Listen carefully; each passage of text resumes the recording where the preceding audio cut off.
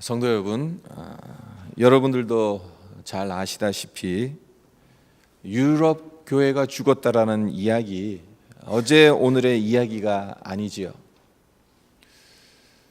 오래전서부터 들어왔던 이야기입니다. 그 대표적인 예가 있습니다. 유럽 사람들에게 당신 종교가 무엇입니까? 라고 물으면 대부분 제 종교는 기독교입니다. 그렇게 대답을 하지만 실제로는 평생 교회를 3번밖에 가지 않는다고 합니다. 그 3번이 언제인가 하면 세상에 태어나서 유아 세례 받으러 갈 때, 사랑하는 사람과 결혼식 올릴 때, 그리고 이 세상을 하직해서 관에 누울 때, 이렇게 딱 3번입니다. 갓난아이 때에는 유모차를 타죠. 그리고 결혼식 할 때는 리무진을 탑니다. 그리고 장례식 때는 연구차를 탑니다. 그렇게 교회를 오기 때문에 이런 신자들을 가리켜서 흔히 4바퀴 신자라고 말하기도 합니다. 그런데 생각해 보면 그나마 3번 중에 자기 스스로 결정해서 오는 경우는 결혼식 딱 1번뿐이라는 거예요. 유아 세례와 장례식은 자기 스스로 결정해서 오는 게 아니잖아요.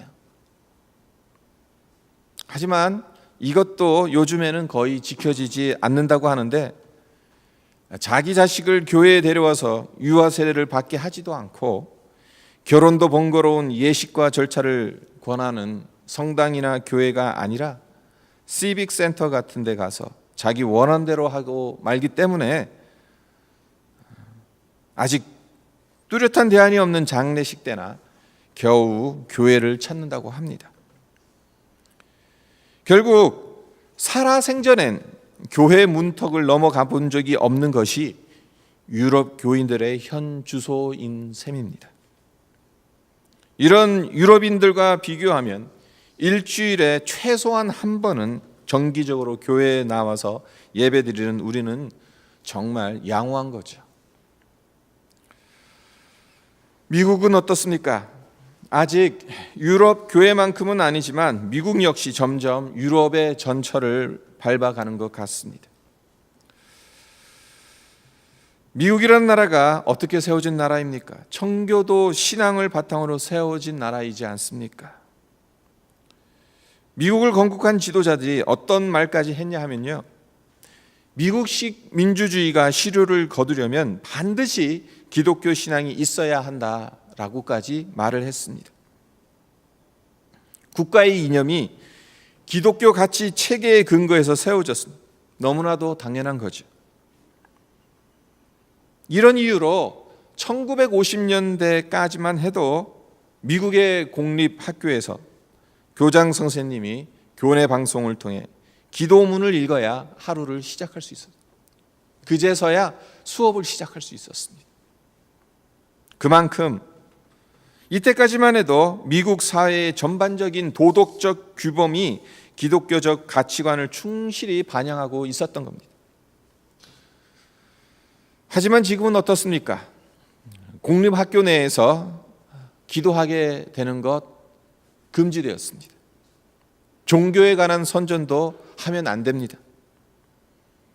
십자가 같은 기독교 관련 상징물들을 공공장소에 세우는 것도 꿈을 꿀 수 없습니다. 제가 LA에서 잠깐 살았을 때 목회학 박사과정을 잠깐 다녔었는데요. 그때 수업 시간에 들었던 그 말이 하나 있어요. 근데 그게 참 다른 건 다 잊어버렸는데 그 말만큼은 이상하게 안 잊어버리더라고요. 어떤 내용이냐 하면요, 이전에는 목사가 교인들을 상담하면서 알게 된 비밀을 지킬 수가 있었어요. 그러니까 성도들이 찾아와서 어떤 이야기를 해도, 예를 들어서 자기가 살인을 했다 하더라도 그 비밀을 지킬 수가 있습니다. 목사라는 그 직분이 있기 때문에, 그 독특, 하나의 종교 지도자이기 때문에 한마디로 치해법권이 주어진 거예요. 어떤 면에서.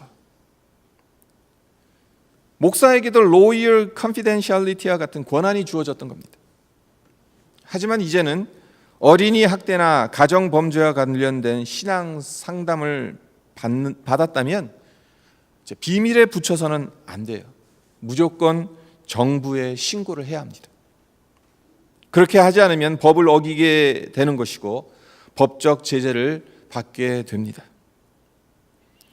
어린이 학대나 가정 범죄를 지역 교회의 목사가 감당할 수 있는 성질의 것은 아니라는 것, 10분 이해하기는 합니다만 목사의 사역 권한이 세상 정부에 의해서 점점 제한을 받게 된다는 것을 생각하면 가슴 아픈 일인 겁니다.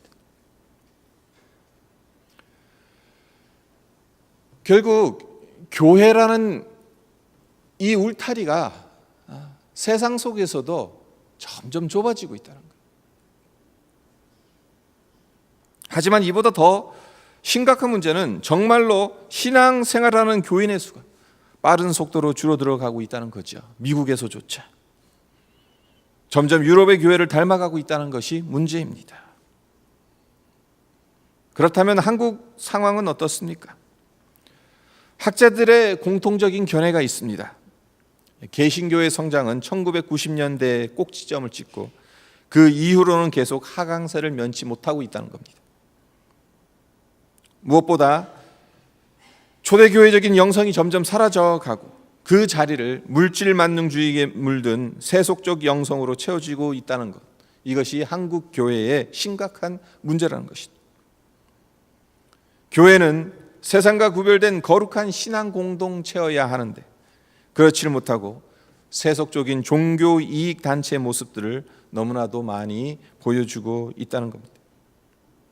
그래서 이러다간 정말 한국 교회 역시 유럽 교회처럼 명목상의 기독교인들은 많아지는지는 몰라도 정작 신앙생활하는 성도들은 감소하게 되는 것은 아닌지 심히 걱정이 됩니다. 제가 이제까지 유럽 교회, 미국 교회, 한국 교회 어떻게 보면 암울한 시대적 현실을 말씀드렸는데 이렇게 심각하게 말씀드린 이유가 있습니다. 그것은 은혜에 대해서 진지하게 생각해 보자는 겁니다. 역사적으로 계속해서 반복되고 있는 교회의 고질병, 그 근본적인 원인이 은혜를 너무 가볍게 여겼기 때문은 아닌가를 생각해 보자는 것입니다. 우리 인간이 가지고 있는 은혜에 관련된 고질병이 무엇입니까? 그것은 인간은 은혜 받기는 참 좋아하지만 그 은혜를 다른 사람들에게 베푸는 것은 그렇게 좋아하지 않는다는 거예요. 은혜를 받았으면 그에 합당한 모습이 자연스럽게 나와야 하는데 그렇지 못한 경우가 상당히 많다는 겁니다. 왜 그렇습니까? 그 이유가 무엇입니까? 오늘 말씀 속에서 깨달은 것은 은혜에는 두 가지 얼굴이 있는데 인간은 두 가지 얼굴을 보려 하지 않고 자신에게 익숙한 한 얼굴만 보려 하기 때문에 은혜를 받았어도 그에 합당한 모습이 나오지 않는다는 겁니다. 네, 은혜에는 두 가지 얼굴이 있어요. 하나는 은혜를 받는 우리에게 드러나는 얼굴이고 다른 하나는 그 은혜를 베푸는 하나님 편에서의 얼굴입니다. 우리에게 드러난 은혜는 어떻습니까? 우리가 잘 알고 있다시피 공짜입니다. 어떤 대가를 지불해야 얻을 수 있고 어떤 자격 요건이 충족되어야 받을 수 있는 것이 아닙니다. 아무 이유 없이 대가를 요구하지 않고 무조건적으로 주어지는 것, 이것이 우리 편에서 보여지는 은혜의 얼굴입니다. 하나님의 사랑을 한번 생각해 보십시오. 하나님께서 우리를 왜 사랑하셨습니까? 우리가 이뻐서 사랑하십니까? 우리에게 뭐가 있기 때문에 사랑하십니까? 결국 하나님이 왜 우리를 사랑하시는지 그 이유를 계속 묻다 보면요, 그 궁극적인 이유, 그 궁극적인 대답은 뭐냐면요, 모릅니다입니다. 이유가 없습니다. 그냥 사랑하신 것입니다. 우리에게 사랑받을 조건과 이유가 있어서 하나님이 우리를 사랑하신 것이 아닙니다. 만약에 하나님의 사랑에 조건이 있어야 하고 이유가 있어야 한다면 그 조건과 이유가 사라지게 되었을 경우 하나님의 사랑 역시 사라져야 하잖아요. 하지만 하나님의 사랑은 조건과 이유가 없기 때문에 하나님을 배반하고 떠난 사람이라도 하나님의 사랑은 떠나질 않습니다. 돌아오기를 간절히 기다리고 돌아오면 따뜻한 품으로 맞아주십니다. 이것이 오늘 함께 읽지는 않았지만 우리가 너무나도 잘 알고 있는 탕자의 비유의 내용이죠. 네, 이것이 우리에게 너무나 익숙한 은혜의 얼굴입니다. 그래서 이것만이 은혜의 전부라고 생각하기 쉽다는 거예요. 그리고 그 결과 은혜의 다른 얼굴을 간과하는 경우가 많다는 겁니다. 하지만 오늘 15장 전체를 한번 잘 보세요. 15장 전체를 신경 써서 읽어 내려가다 보면 은혜의 다른 얼굴을 발견할 수 있게 되는데 바로 은혜를 베푸시는 하나님 편에서의 얼굴입니다. 1절을 보면 예수님께서 비유의 말씀을 하셔야 했던 이유가 나옵니다. 주님의 말씀을 듣기 위해서 세리들과 죄인들이 주님 곁에 모이죠. 그런데 이를 바라본 바리새인과 서기관들이 수건거립니다. 예수가 왜 세리와 죄인들을 만나고 저들의 친구로 지내는지 도저히 납득이 가지 않는 겁니다.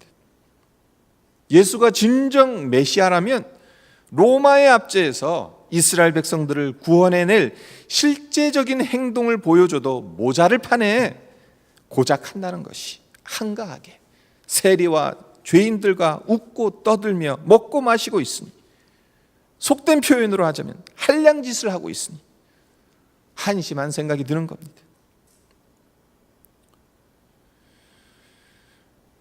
예수님께서 종교 지도자들의 이런 수군거림을 그냥 지나치실 리 없잖아요. 세 가지 비유를 통해 일갈하십니다. 잃어버린 한 마리의 양을 찾아 나서는 목자의 비유, 동전 하나를 잃어버린 여자가 그 동전을 찾고 기뻐한다는 한 드라크마의 비유, 그리고 그 유명한 탕자의 비유. 이 세 가지 비유가 15장에 나오는 비유입니다. 이 세 비유는 그 내용이 제각각 다르죠. 사용한 그 도구들도 다 달라요. 하나는 양이 나오죠. 또 다른 비유에는 동전이 나옵니다. 또 다른 비유에는 사람이 나와요. 하지만 말하고자 하는 바는 다 똑같다는 겁니다. 예수님께서 이 땅에 오신 목적은 잃어버린 양을 찾는 것처럼, 잃어버린 동전을 찾는 것처럼, 잃어버린 아들을 되찾는 것처럼 이 땅에서는 잃어버린 존재나 다름없는 세리와 죄인들을 찾기 위해서 오셨다는 겁니다. 그렇기 때문에 이 비유들 안에 숨겨진 예수님의 의도가 무엇이냐? 잃어버린 자들을 영접하고 그들과 함께 하는 것이 뭐가 잘못되었느냐고 종교 지도자를, 바리새인과 서기관들을 지금 혼내시고 있는 것, 그렇게 볼 수 있는 것입니다. 그런데 흥미로운 점이 하나 있습니다. 15장에 나오는 비유들, 대부분의 성경학자들은 세 가지로 봅니다. 하지만 비유로 말하라는 책에서 유진 피터슨 목사님은 세 가지가 아닌 네 가지라고 제시합니다. 그렇게 하는 이유가 있습니다. 탕자의 비유를 하나가 아닌 두 개로 보기 때문입니다.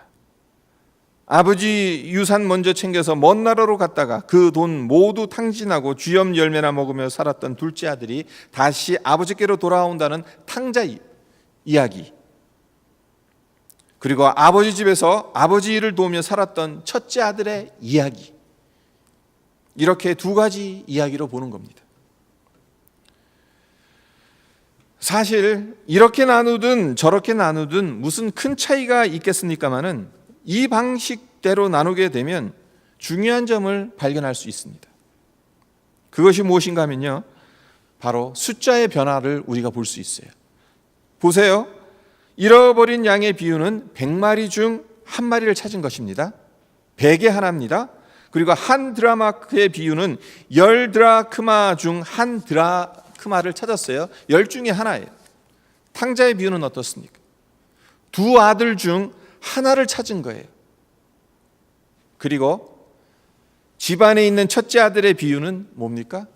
더 이상 비교 대상이 없어요. 하나밖에 없는데 그 하나가 그냥 잃어버린 바 되진 거예요. 많은 것들 중에서 하나를 찾는 것이 그 숫자가 점점 줄어들고 있죠. 또한 이것도 한번 생각해 보십시오. 집 밖에 있는 양은 집 밖에 있습니다. 그리고 동전은 보다 더 가까운 데 있어요. 호주머니 안에 있습니다. 그리고 아들은 어떻습니까? 어떤 존재입니까? 눈에 넣어도 아프지 않을 존재잖아요. 그리고 첫째 아들은 어떤 아들입니까? 믿었던 아들이라는 거예요. 그러니까 잃어버린 것의 중요도가 점점 더 커져가고 있다는 겁니다. 그와 동시에 잃어버렸을 때의 안타까운 심정과 찾으려 하는 간절함 역시 점점 증폭되어 가고 있다는 거예요. 생각해 보십시오. 100마리의 양 중에서 한 마리를 찾는 것보다 10개의 동전에서 하나를 찾는 것보다 두 아들 중 하나를 찾으려는 것이 더 간절할 것이고, 속 썩히고 도망간 아들보다 함께 있던 아들이 아버지의 마음을 이해하지 못한 것에 대한 안타까움이 더 크지 않겠습니까? 둘째 아들은 유산을 미리 앞당겨서 달라는 요구를 아버지께 해서는 안 됩니다. 아버지가 지금 죽었으면 좋겠다는 뜻이 그 안에 담겨져 있기 때문이죠. 그럼에도 아버지는 작은 아들의 악한 청을 순순히 들어주었고, 그 아들이 빈털터리로 돌아왔어도 동구 밖까지 뛰어나가 기쁘게 맞이했습니다. 그리고 제일 좋은 옷을 입히고 손에 가락지를 끼우고 발에 신을 신기고 제일 좋은 음식으로 잔치를 벌였습니다. 그런데 그때 첫째 아들은 어디 있었습니까? 25절을 보면 밭에 있다가 돌아오는 중이에요. 열심히 지금 일하고 땀 뻘뻘 흘리면서 일하다가 돌아오던 중이었어요. 열심히 밭을 메고 돌아오는데 집에서 풍악 소리가 들리는 거예요. 그래서 종에게 무슨 일이 일어났나 물어봤죠. 그러니까 종이 대답하기를 유산을 미리 챙겨서 먼 나라로 떠나버린 동생이 다시 돌아와서 아버지가 기쁨에 못 이겨 잔치를 벌이게 되었다. 그렇게 이야기를 합니다. 이 말을 듣고 큰아들은 어떡합니까? 노해서 집 안으로 들어가지 않았다고 했어요. 큰아들 입장으로선 솔직히 이런 아버지가 무척 야속했을 것입니다. 동생이 유산을 미리 챙겨서 떠났을 때부터 이건 불공평하다는 생각을 했을 겁니다. 날마다 둘째 아들이 언제나 돌아오나 동구밖까지 나가서 기다리는 아버지를 보면서 나는 어디서 주홍 자식은 아닌가라는 생각이 들었을는지도 모릅니다. 어째 달라도 이렇게 다르게 대우하는가.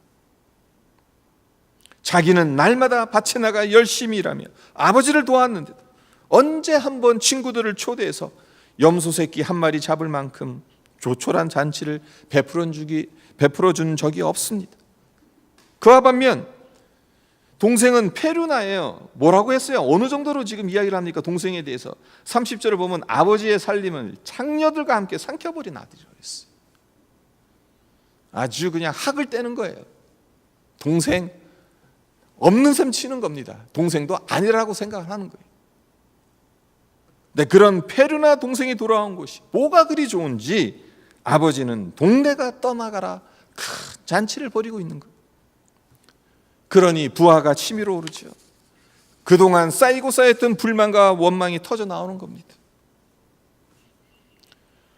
우리 같아도 이런 대접을 받는다면 당연히 첫째 아들처럼 반응하지 않겠습니까? 그런데 말입니다. 첫째 아들이 놓친 중요한 것이 있습니다. 아주 중요한 것이 있어요. 우리도 잘못하면 이것을 놓칠 수 있다는 거예요. 그것이 무엇입니까? 아버지의 마음을 제대로 헤아리지 못했다는 겁니다. 첫째 아들은 은혜의 또 다른 얼굴, 그 은혜를 베풀어야 하는 아버지의 심정, 그리고 그 은혜를 베풀기 위해서 아버지가 지불해야 하는 대가를 헤아리지 못했습니다. 그저 자기는 왜 더 나은 대우를 받지 못하는가, 더 큰 은혜를 받지 못하는가를 생각했을 뿐이에요. 은혜의 절대적인 면을 보지 못하고 동생과 비교하는 상대적인 면만 봤습니다. 하지만 아버지는 어떤 마음을 가지고 있었습니까? 31절과 32절에서 아버지가 큰아들에게 하는 말을 곱씹어서 한번 읽어보세요. 예, 너는 항상 나와 함께 있으니 내 것이 다 내 것이로되 이 내 동생은 죽었다가 살았으며 내가 잃었다가 얻었기로 우리가 즐거워하고 기뻐하는 것이 마땅하도다. 무슨 말입니까? 너는 네 동생보다 더 큰 은혜를 받은 자라는 거예요. 왜 그런가 하면 너는 항상 나와 함께 있으니까 내 것이 다 너의 것이기 때문이라는 겁니다. 여기서 큰아들이 받은 더 큰 은혜가 무엇이겠습니까? 항상 아버지와 함께 있었던 것입니까? 아니면 아버지의 것을 다 소유한 것입니까? 아버지의 것을 다 소유한 것도 큰 은혜이지만 그것보다 더 큰 은혜는 아버지와 함께 있었다는 것이, 아버지와 항상 함께 있었기 때문에 아버지의 것을 그의 것으로 누릴 수 있었기 때문에. 그런데도 큰아들은 아버지의 이런 심정을 헤아리지 못했다는 겁니다. 자식이 아무리 잘못했어도 사랑하기 때문에 끝까지 기다리고, 자식이 더러운 구렁텅이에 빠져서 냄새나고 볼품없이 되었어도 돌아오기만 하면 두 팔을 벌려 안아주는 것이 아버지의 마음인데, 항상 함께 있기 때문에 아버지의 이 마음을 헤아릴 수 있는 기회가 그토록 많았던 큰 아들, 이 마음을 헤아리지 못했다는 겁니다. 따라서 아버지의 것이 다 그의 것이었음에도 불구하고 정작 아버지의 마음을 헤아리지 못하고 있기 때문에 첫째 아들 역시 아버지와 함께 살았어도 잃어버린 탕자나 다름없는 거예요. 둘째 아들이 집 밖에 나간 탕자였다면 첫째 아들은 집안의 탕자라고 할 수 있다는 겁니다. 서두에서 말씀드린 유럽교회, 역사적으로 하나님의 축복을 얼마나 풍성하게 누렸는지 모릅니다. 분명 하나님의 나라를 위해 열심히 일했고 귀하게 쓰임을 받았습니다. 하지만 자신에게 익숙한 은혜의 얼굴만 보려 했습니다. 하나님의 마음을 헤아리지 못했습니다. 그리고 그 결과 집안에서 잃어버린 바 된 탕자가 된 거예요. 그리고 미국 교회도 한국 교회도 그런 전철을 밟아가고 있다고 볼 수 있습니다. 성경과 기독교 역사가 동일하게 우리를 향해 교훈한 바가 있습니다. 여기 계신 성도 여러분들과 저 역시 이미 하나님의 나라 안에 거하고 하나님의 은혜를 차고 넘치도록 받고 있습니다.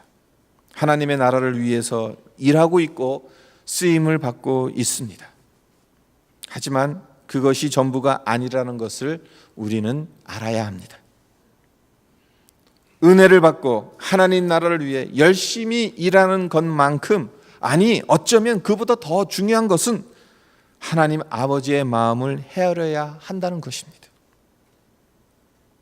그렇지 않으면 집 나간 탕자보다 더 불행한 집안의 탕자가 될 수 있다는 것, 그것이 오늘 본문 말씀과 기독교 역사가 교훈하는 바라는 생각이 듭니다. 우리에게 익숙한 은혜의 얼굴, 조건 없이 이유 없이 거저주시는 은혜의 한 면만을 좋아하지 말고 은혜의 또 다른 얼굴, 그 은혜를 베풀기 위해 치러야 하는 하나님의 대가가 얼마나 큰지를 깨닫고 그 마음을 품는, 그래서 32절에 우리가 즐거워하고 기뻐하는 것이 마땅하다라고 그 아버지가 말하는 것처럼 잃어버린 한 영혼이 돌아오는 것을 하나님과 함께 즐거워하고 기뻐하는 우리 모두가 되었으면 합니다. 은혜에는 두 가지 얼굴이 있어요. 두 가지 얼굴이 다 우리에게 필요합니다. 우리가 좋아하는 것만 계속 좋아하게 되면 첫째 아들, 그 안에서 아버지의 것이 다 자기의 것이었는데 그것을 누리지 못했어요. 오히려 그 안에서 불평했어요. 원망했어요. 우리 역시 그럴 수 있다는 것입니다. 은혜의 또 다른 얼굴은 그 은혜를 베풀기 위한 하나님 입장에서 얼마나 큰 대가를 치렀는지 그것을 이해하는 것입니다. 그것을 깨닫는 것입니다. 그 마음이 우리 안에 있어야 한다는 사실입니다. 우리 안에 이 하나님의 이 마음이 우리가 헤아릴 수 있는 그런 은혜가 우리 안에 가득 넘치기를 주님의 이름으로 축원드립니다. 오늘 말씀 잠깐 묵상하면서 기도하도록 하겠습니다. 탕자의 비유, 그 초점이 대부분 우리가 이제까지 탕자의 비유를 어떤 식으로 어디에 초점을 맞췄습니까? 돌아온 탕자, 유산 들고 도망간 두 번째 아들.